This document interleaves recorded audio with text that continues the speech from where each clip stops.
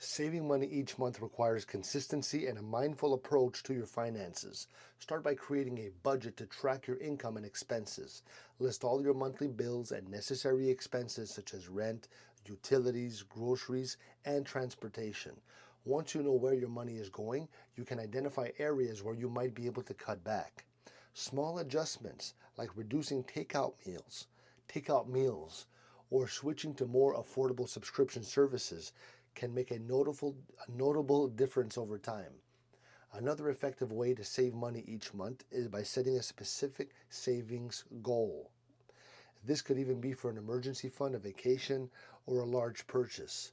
Once you have a target in mind, determine how much money you need to save each month to reach that goal. Treat your savings as a fixed expense.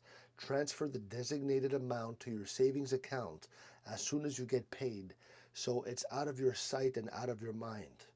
Consider using automated savings. So basically, automating your savings by setting up automated transfers to your checking account, from your checking account to your savings account. That's what I meant. This can help you stay on track without having to think about it.